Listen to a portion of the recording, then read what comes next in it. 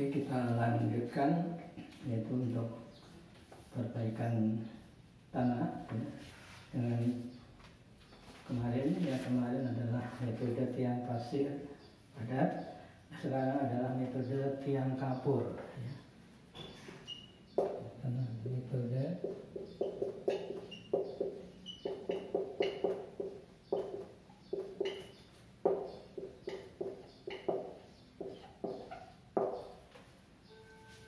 jadi di sini kapur ditempatkan dalam bentuk tiang ya ke dalam tanah kohesif ya, itu karena yang akan diperbaiki ya, sama seperti pembuatan tiang pasir ya. Kadar air tanah kohesif akan turun karena absorpsi ya oleh daripada kapur tadi ya, kapur aktif ya. Karena tiang kapur aktif akan menjadi ya, akan terjadi pembentukan ya hidrat dan absorpsi kapiler yang mengakibatkan peningkatan kekuatan tanah ya, fondasi dan memperkecil penurunan ya.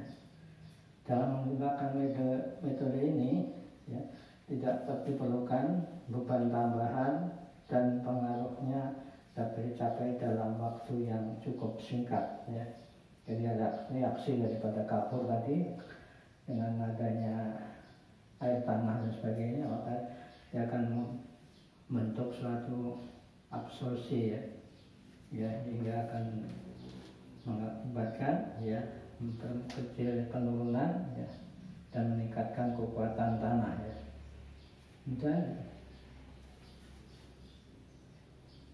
dalam waktu yang cukup singkat. Tetapi apabila tiang-tiang ini mencapai lapisan pasir yang mengandung air, maka pengaruhnya akan berkurang ya. Nah, mengingat sewaktu absorpsi kapur menimbulkan panas ya. Jadi kapur aktif itu kalau kena air dia akan menimbulkan ya panas ya, akan berpengaruh ya. Maka metode ini dalam pelaksanaannya perlu berhati-hati. Jadi karena akibat dari ya adanya air ya, sehingga biasanya akan mendidih ya, menimbulkan panas ya. Dalam beberapa hal dapat digunakan campuran dengan pasir atau bahan tanah lainnya ya, sehingga diperoleh tiang campuran ya. Jadi bukan cuma pasir kapur aja, tapi bisa dicampur dengan yang lain, misalnya kapur dengan pasir ya. Jadi untuk perbaikan suatu tanah fondasi dapat digunakan kapasitas mengabsorpsi ya, dan mengikat dari kapur aktif ya. Kapur aktif dapat mengakibatkan reaksi hidrasi ya, dengan mengabsorpsi air sebesar 0,32 daripada beratnya ya, dan akan berubah ya menjadi kapur mati ya. Jadi kapurnya jadi nanti jadi kapur mati atau CaO plus H2O ya, atau CaO2OH2 ya, plus 15,6 KCl ya, CaL atau per mol ya. Reaksi kimia ini memancarkan panas sebesar 280 kol per kilogram ya, dan volumenya menjadi 1,99 kali lebih besar ya. Jadi karena pasir aktif ya, jadi kalau kena air ya akan menjadi volumenya akan menjadi lebih besar ya, 1,99 kali daripada volume sebelumnya ya, karena terjadi tadi ya absorpsi ya.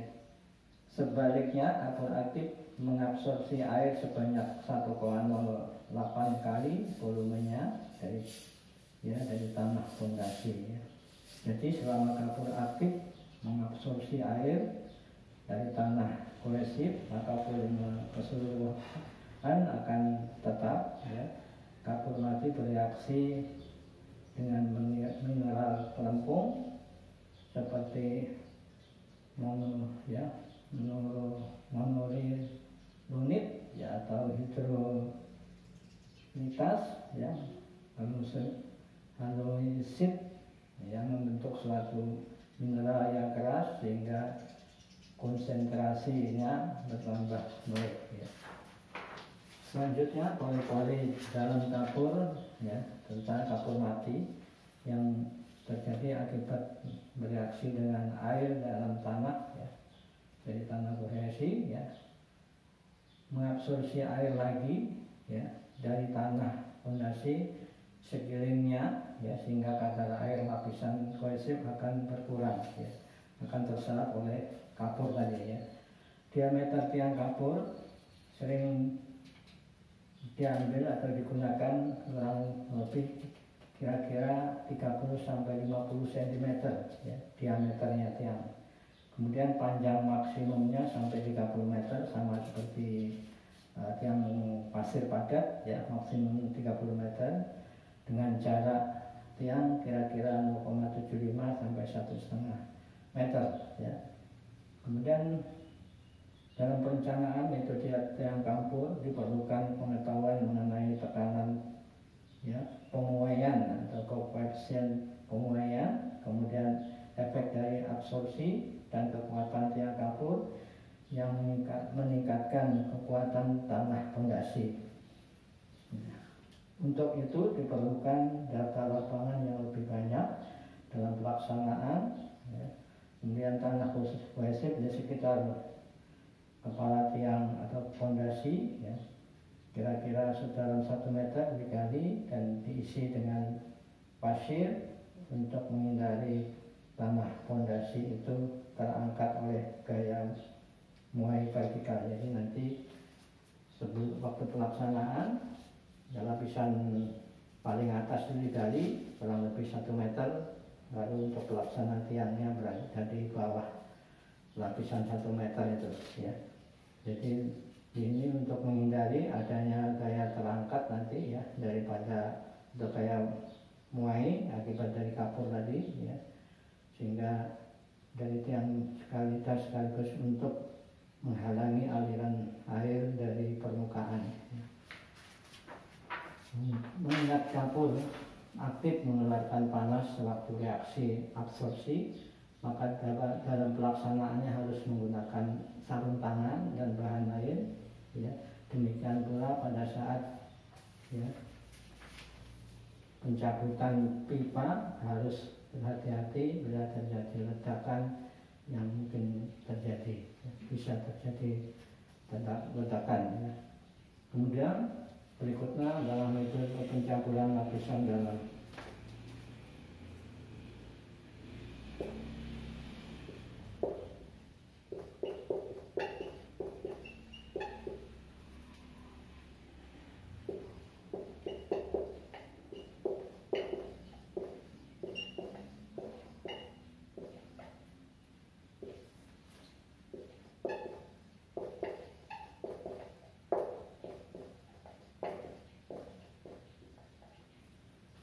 Metode pencampuran lapisan dalam.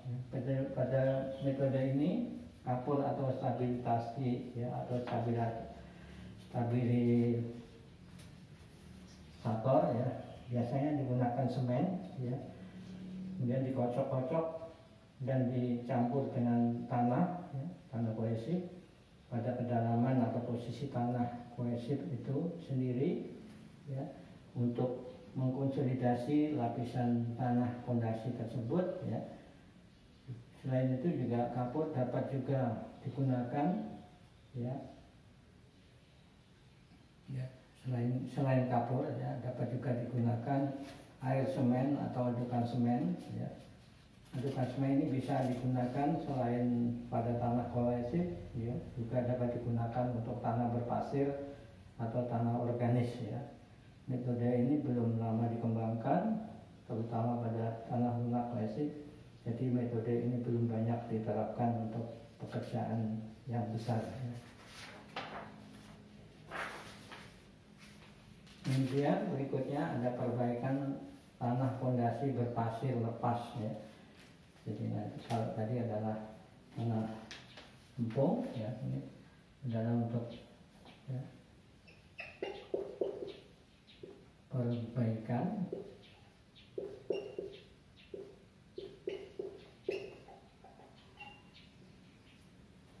tanah fondasi ya, berpasir lepas.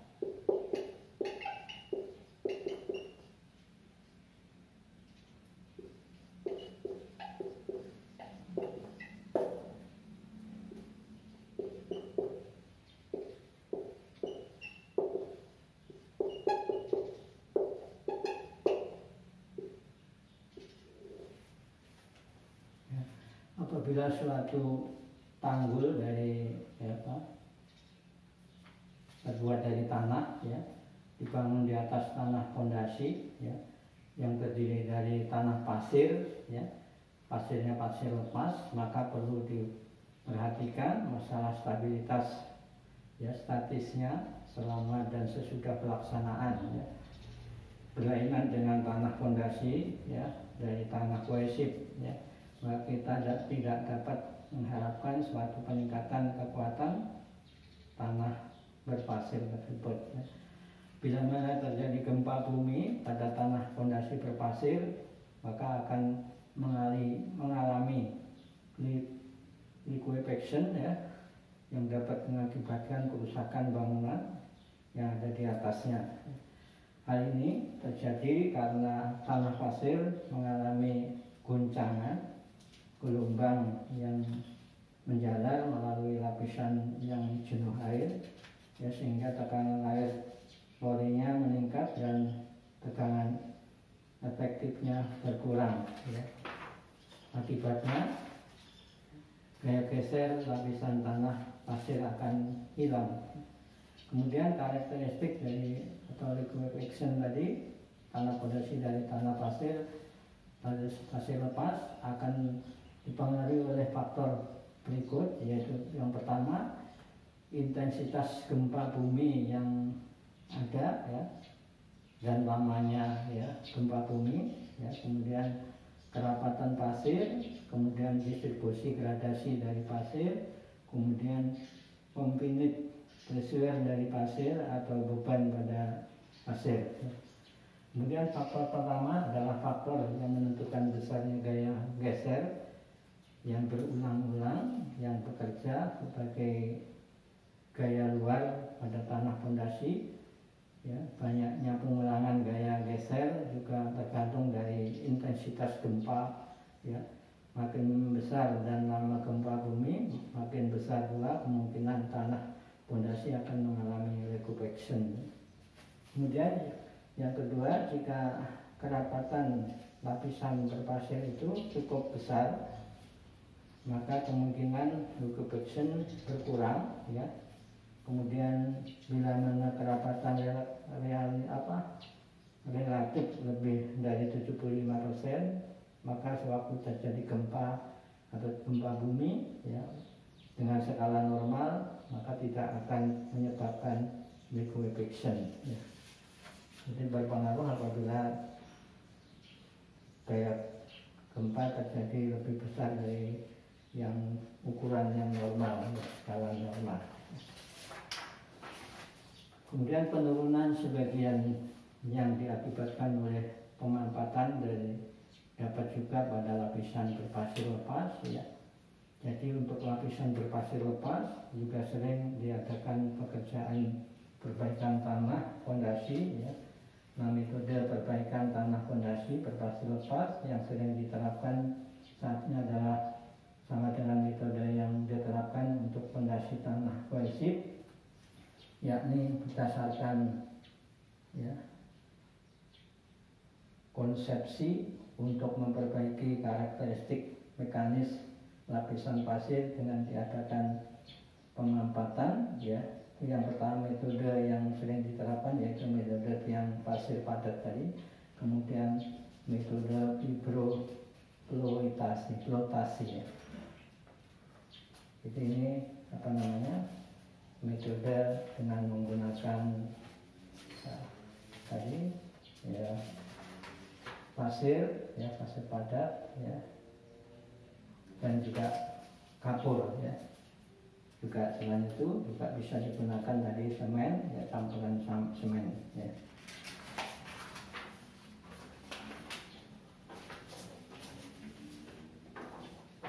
Baik, kita lanjutkan perkuatan dengan sekarang dengan geosintetik ya.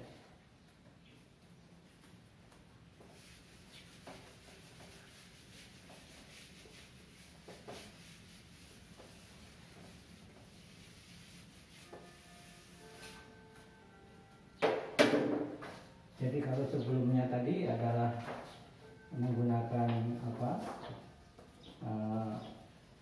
memasukkan ya pasir ataupun kapur ke dalam tanah. Nah, kalau untuk menggunakan perkuatan tanah dengan geosintetik ini adalah berupa lembaran. Jadi nanti lembaran daripada geosintetik ini cuma ditaruh di atas permukaan tanah. Jadi tidak memasukkan ke dalam tanah seperti pada metode ya tiang pasir, ya metode yang kapur ya.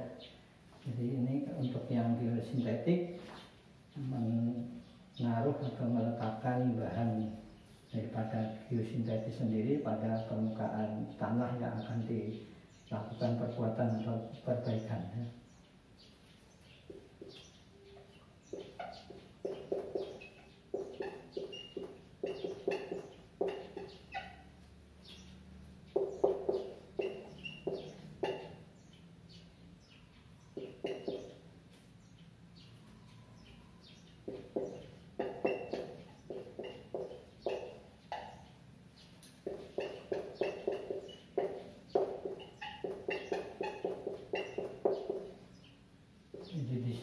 Perkuatan tanah dengan menggunakan bahan geosintetis ya, geosintetik atau geosintetis ya.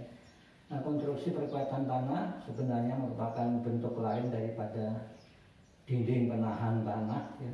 Jadi perkuatan sendiri adalah bisa berupa dinding penahan ya. Tapi di sini kalau dinding penahan biasanya terbuat dari pasangan batu ya, ataupun beton ya.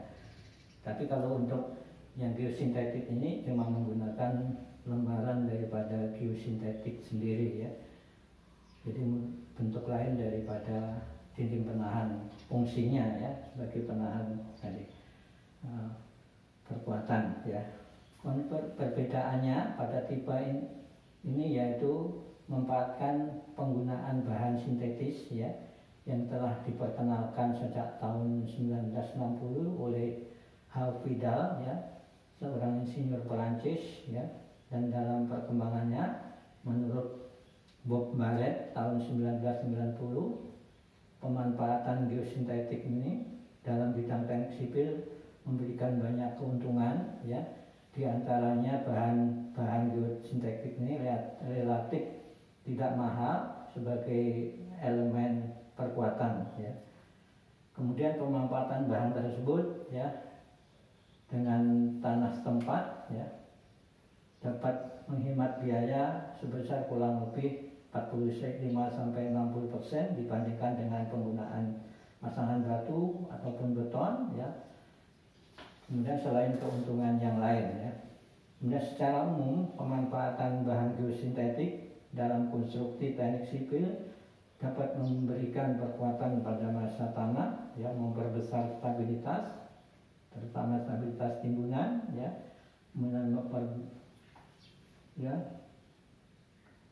timbunan ya sebenarnya ya. Kemudian untuk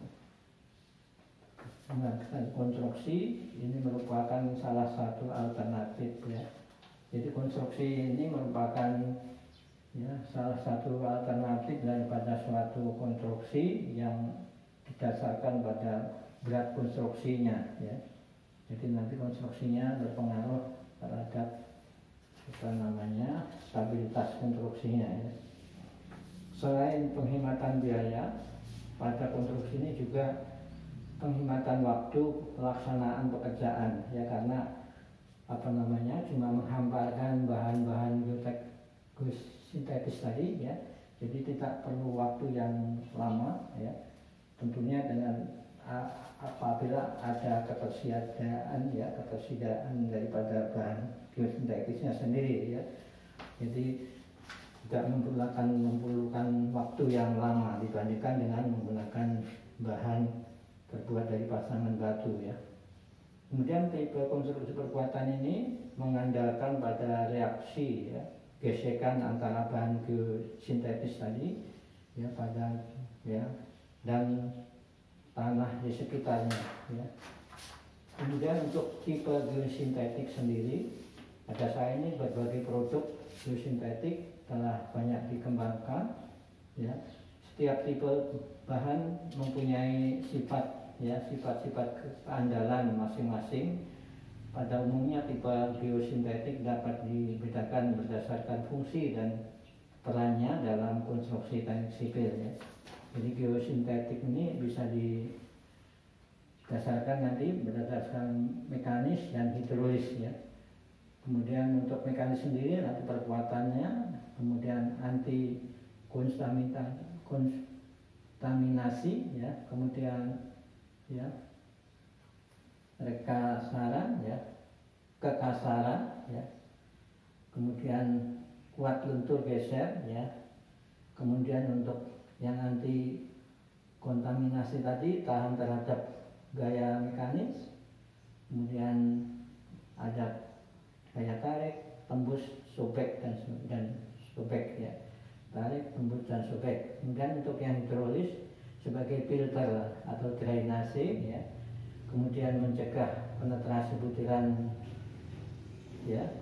tanah tentunya ya, kemudian diameter butiran mempengaruhi ya, kemudian untuk yang sebagai drain ya, itu adalah sebagai permeabilitas ya, jadi ada pengaruh tembusannya, kemudian tebal daripada bahannya ya.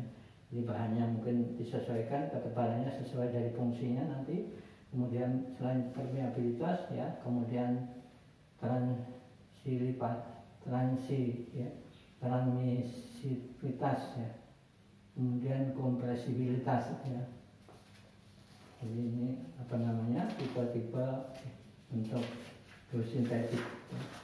Kemudian tipe dan bentuk geosintetik sendiri, jadi nanti ada beberapa macam ya. Yang pertama adalah geoteksil ya, kemudian ada geogrid, ada geolinear, ada geostrip, ada geoshell ya.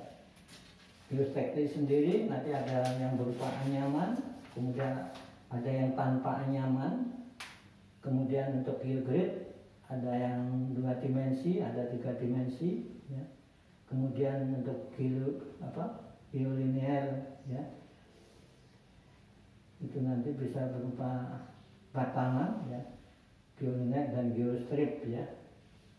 Jadi nanti bisa berupa batangan untuk geolinear, geostrip bisa berupa pita, kemudian ada geosel, ya beberapa sel-sel yang dirangkai ya.